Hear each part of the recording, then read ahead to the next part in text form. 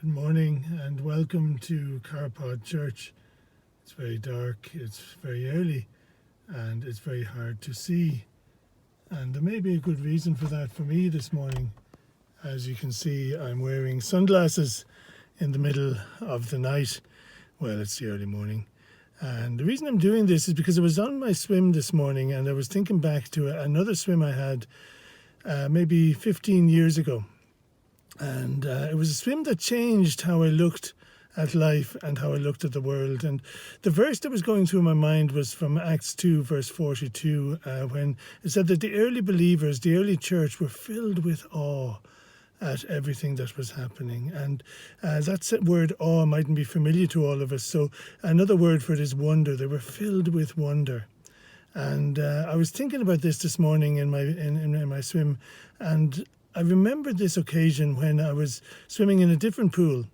And even as I was getting into the pool, there was this young man. He was probably in his late teens, early 20s, and he was swimming everywhere I wanted to go. It was as if he was trying to swim in front of me the whole time. It was as if he was really trying to annoy me. And to be honest, I got a little bit cross about it. And I thought, well, I'm not going to get involved in this, so I'm going to just go up to the jacuzzi and sit and rest a while and let the hot water ease my aching muscles. So I got into the jacuzzi and was sitting there enjoying myself when I saw this young man making his way up to join me. But this time he wasn't alone. He had a helper with him. And the helper and he walking up, it was very clear that this young man couldn't see. And he couldn't make out anything with his eyes. So he was helped to the jacuzzi and he was eased into the water, and the helper smiled at me and went back to the pool herself, and he just sat there opposite me in the warm, hot bubbles. And then the wonder happened.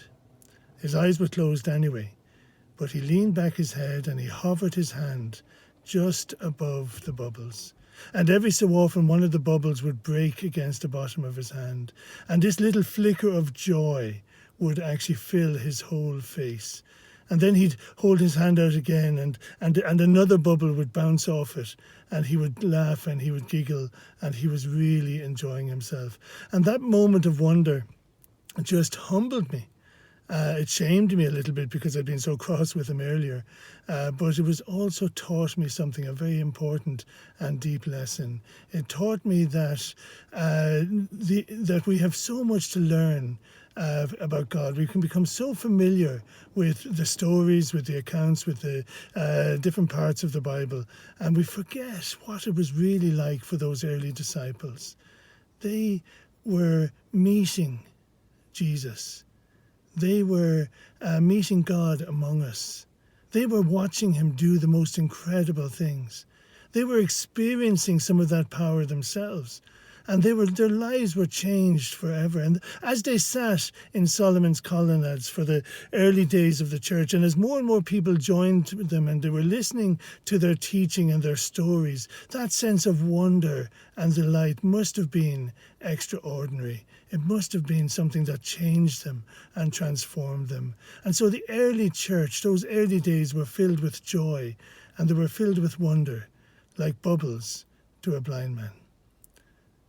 Have a good day.